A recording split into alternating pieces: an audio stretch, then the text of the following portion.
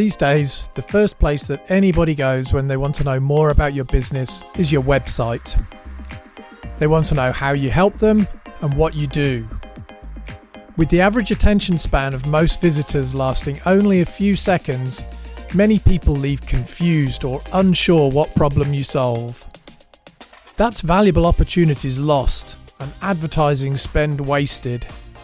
In today's episode, I sift through the talking points in your story and we look at how to incorporate them into your website homepage. I'll explain to you my formula and we'll see how that quickly helps visitors understand what you do and inspires them to interact with you. So let's get started.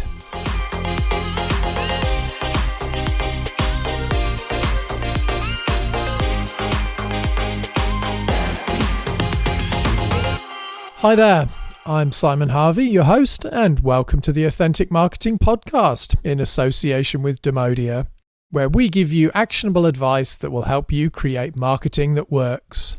It's quite scary to look back now, but I started my career, almost 30 years ago now, working on websites. Looking back, much of the work I did then was design and development. That's what was important then. The web was just something developing and people were looking for creative ways to use that as a new medium. These days, the web's pretty much ubiquitous. It's everywhere that we look, and most of us spend numerous hours each day looking directly at websites for businesses or consuming some sort of information online. Over those last 20 or so years, the way that we use the internet has changed dramatically. And the thing is, what we expect from it has done too.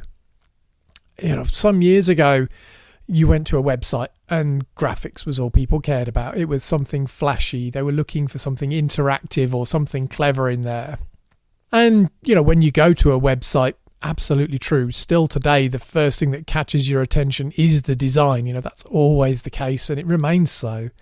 As a small business, that means that basically no matter how small your company is, you can't afford to be without a website generally, but even worse, you really can't afford to have a terrible looking website. I'm not saying that you need to spend thousands of dollars on hiring an expensive design agency or anything to create, that bespoke look for you, but it does need to look professional. You know what I mean, definitely. Just look around at some of the sites out there and they look like, niece or nephew knocked together something over the course of a weekend. That's the sort of thing I'm talking about. But here's the thing though. Once that initial wow has subsided, and typically, that's less than 3 seconds or so, then the real work of your website begins.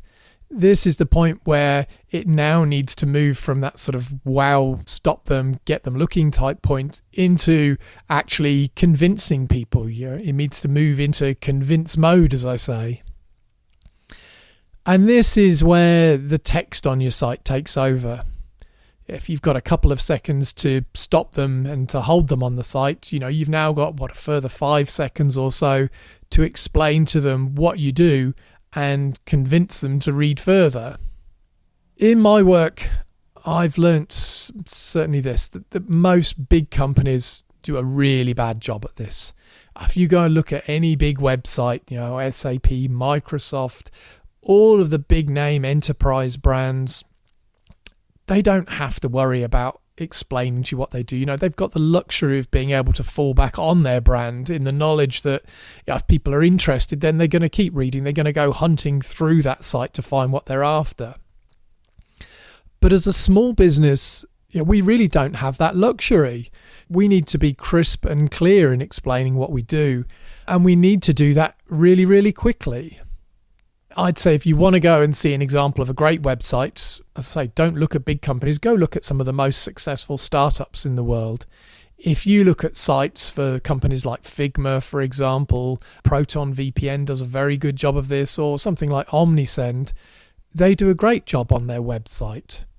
What they do is within a few words, they very clearly explain something that their audience wants, and then they go on to explain how they solve a specific problem for that group. So it's not actually as difficult as you may think to do that.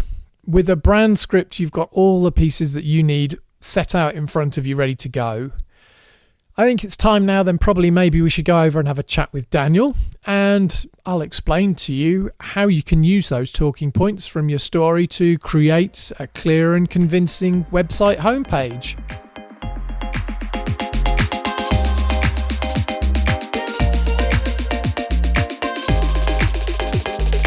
Hey there, Daniel. Welcome back. Hello, Simon. So we've been talking this week about websites, and particularly we wanted to look at how to use storytelling within websites. So I think over this season generally we've been looking at how to use story to actually improve your marketing and improve your communications generally. Yes, we talked about this. So I know you've been playing around a bit with websites lately. How's things going? Yeah, I created a website for a friend of mine. Mm-hmm. Because, of course, I'm a professional marketing expert and I can build websites, right? Good. The thing is, he told me he's getting customers or he already got some customers through the website. But I think he could get more, because I invested quite some hours in building this website and I think we could get more out of it. Okay. So where did you start when you were building the website? What sort of guidelines did he give you? Who created what bits? Well, he only provided me with content in form of text and pictures, and the rest he left for me, he said, yeah, build whatever you want. I'll just provide you with the content for it. Okay, so he took care of the content and left you with the design and with the actual sort of the technical stuff, the layouts of the pages and all that? Exactly, yes. Mm-hmm. So, I think here's the thing. What would you say your job is generally? How would you describe your job from a technical perspective? Well, I help businesses to use software in order to solve their problem of not having enough customers. So you describe yourself more as a web developer maybe then, or? More like a marketing automation specialist. Okay, yeah, fair enough. So the technical side of things. Yeah. Good. Okay. And then somebody was working on the design somewhere behind the scenes? Well, I created the design myself, but it's nothing special. It's text and picture based, basically. Mm-hmm. And then your friend just put together the content, you said. Yeah. And I think that's the thing. That's the way that so many small businesses work, is it's done as these sort of small projects where you've got maybe a friend that's a graphic designer and a friend that does a bit of web development. And, the focus really is on the design of the site and the technical parts of the site. And then somebody just hacks together some content that briefly describes a few little features and functions. And that's so much the problem with so many small business websites. They focus on the design and the content, and no wonder things don't sell, because there's nobody in the room that understands how to create the content that makes things sell. Mm-hmm. And that's, I think, where storytelling comes in. People buy the products or the services that they understand the quickest, basically. That's the thing in there. Mm. So, you said your friend's selling tables. Yes. He's selling tables made from epoxy hearts. Yeah. So epoxy resin. Resin, yes, that's the word I was looking for. Yeah, and that's the thing. You see, he's telling you what he's done, but he's not really giving you any aspirational stuff. He's not telling you how he transforms your life or telling you how having an epoxy resin table solves a specific problem for you that maybe having a normal wooden product doesn't solve in there. Mm-hmm. And so that's the thing, we're always talking about storytelling. That's my favorite thing. We're talking about how you communicate clearly. And, I've said many times before, the story process starts off with something that somebody wants. They might want a table, or they might want something to stand the coffee on in the living room. And then there's a problem. That's the thing that's stopping them getting them what they want. So maybe actually they want something to stand hot pans on, or something that can withstand stains, because there's likely to be stuff spilt on there, and the problem is that most tables will stain very easily.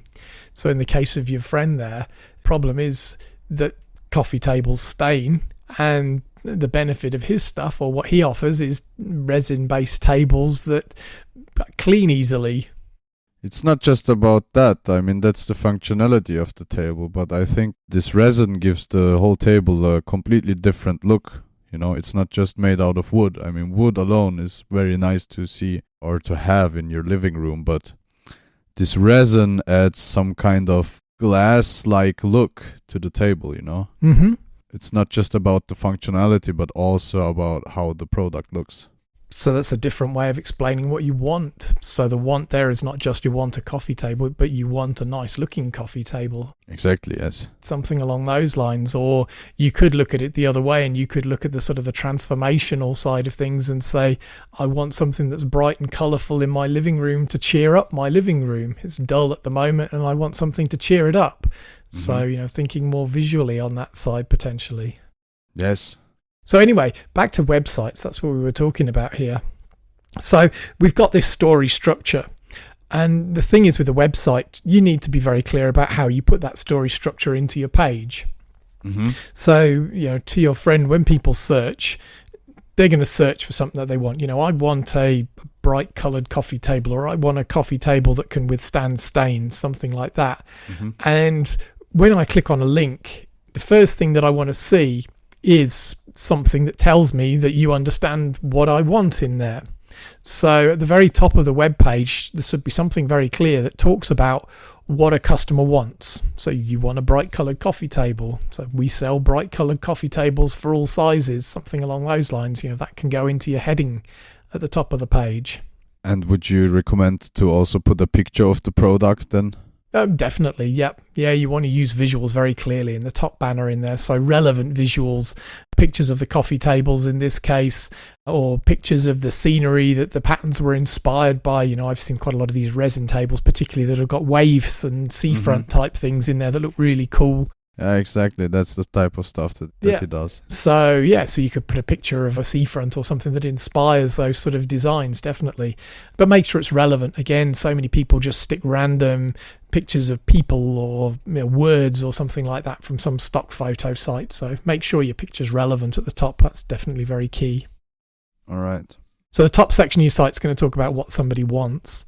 The story doesn't begin until they've got a problem to solve. We said that every time. So the next part of your site is you need to talk about the problem. You know, the problem is that you want something colourful and you can't find it, or the problem is that your coffee table is getting stained too easily, something like that. So talk about the problem and then you can go in through there. So something like, had enough of boring wood tables? Yeah, exactly. Yeah, you're bored of wood tables. Absolutely. Really good. You did a better job than me this time. Thanks. So once you've done that, then you can get into the next part of the site, and that's then describing who you are as the guide. So you can say, you know, I am Joe and I've been building and designing these tables for the last 20 years, and you can talk about your process, and you can maybe put a little video of how you go about creating these tables. You know, that's your guide section in there. So to recap, you've got the top of the site, you've got your headline, and the headline is something that your customer wants. The second section in the site is going to talk about the problem, and then the third section of the home page is going to talk about you as the guide. Okay, so the next step will be the guide. Yep. And there we describe how we do it, how we create the product, and what the product specifically can do. Yeah. All right. So having done that, you've now got a customer, hopefully, that's interested. You know, they like the look of your tables in this case. They like the look of you. You know, they've seen how you do this in your workshop and they're thinking, yeah, cool, this looks really good. Now I want to buy one of these tables. But the trouble is most people won't just click on that and buy. You know, they need some help to actually go through and buy. They need someone to explain what's going to happen. At this point, there's a lot of things that are going through their mind. You know, if I click on this contact me button, they just going to get in touch with me? Am I going to get my email address sold somewhere else? Am I just going to get a brochure sent through the post? You know, what's actually going to happen when I click on that get in touch with me button? So what we recommend now is using what we call a 3-step plan within your website. And those 3 steps, they're going to clearly explain the sort of process that your customer or your prospect is going to follow. So you're going to say, get in touch with me and let's talk about your table, and then that'd be step 1. And then you can have a big call to action button underneath there that says, you know, contact me, get in touch with me, something like that. step 2 in there. The idea of step 2 is it's going to explain some sort of short-term quick win that this customer or prospect is going to get from that first communication or that first interaction. So having got in touch with you in step 2, you can say, I'll invite you to my showroom and you can look at some previous tables that I've built, or look at customer examples of tables that I've built before. And then you can choose your own table and, I'll build it for you. I'll create it for you. And then step 3 is you can talk about the transformation. So you can then talk in there about the fact that you then have your own bespoke, colourful coffee table that'll brighten up your living room. That's step 3. That's step 3. Yeah, exactly. So step 1, immediate action. Step 2, result from immediate action. And step 3 is sort of the transformation. Okay. And we need to list this after the points of the framework. Yeah, after the guide section, where you've talked about yourself. Okay. All right. That's noted. Good. And what comes after that? So after that, then, the other thing that I would recommend putting into your website is what we call a sort of a secondary call to action. The secondary call to action is something for people that aren't yet ready to buy. So if they're not ready to purchase your table, maybe what you've got is you've got an online catalog or something. Maybe you've got a PDF catalog that they can download. And so what you can do there is you could have something that says, download our PDF catalog, and you ask them for an email address in order to download that catalog. They can then download that catalog, and you've got an email address that you can then market to them. So you can use that to send them a newsletter or something else after that to just keep in touch with them and hopefully sell them the table later on. Yes. Okay. So this PDF will contain what exactly? It contain whatever you like. I mean, in this case, it could just be a simple PDF with a catalogue of your friends' tables, pictures of all the tables and different things that he can build. So that's like the idea of having like a digital showroom to download. Yeah, you could have a digital showroom, or you could do something like a template that somebody can fill in if it's more of a business sort of conversation in there. You might offer them a worksheet or something like that they can fill in. It's a secondary thing that gives somebody some value, gives somebody some benefits that they're going to exchange an email address for, and that's how you're then going to build your email address list for future sales. Okay. And after the guide section, we have the 3 steps. Then we have this download offer. And what comes after that?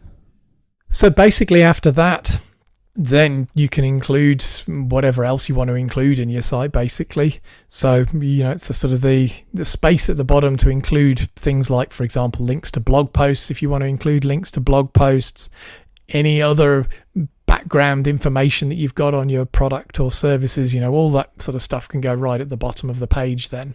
So that's all the rest information that you can provide. Anything else that you think needs to go on that page, yeah.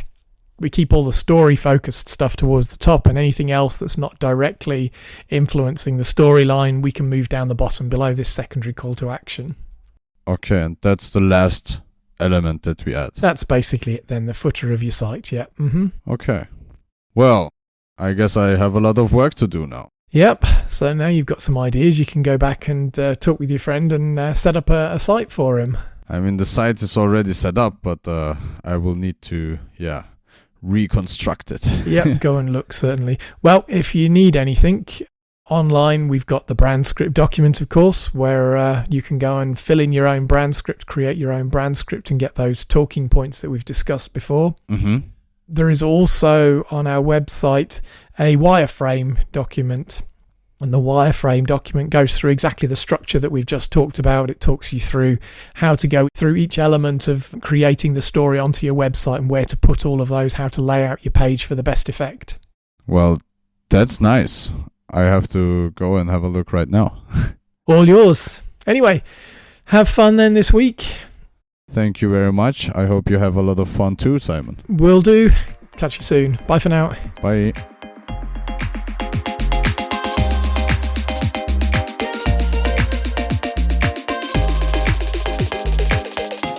Thanks for the chat, Daniel. Yeah, the most important thing I think that comes out of that conversation has to be the framework.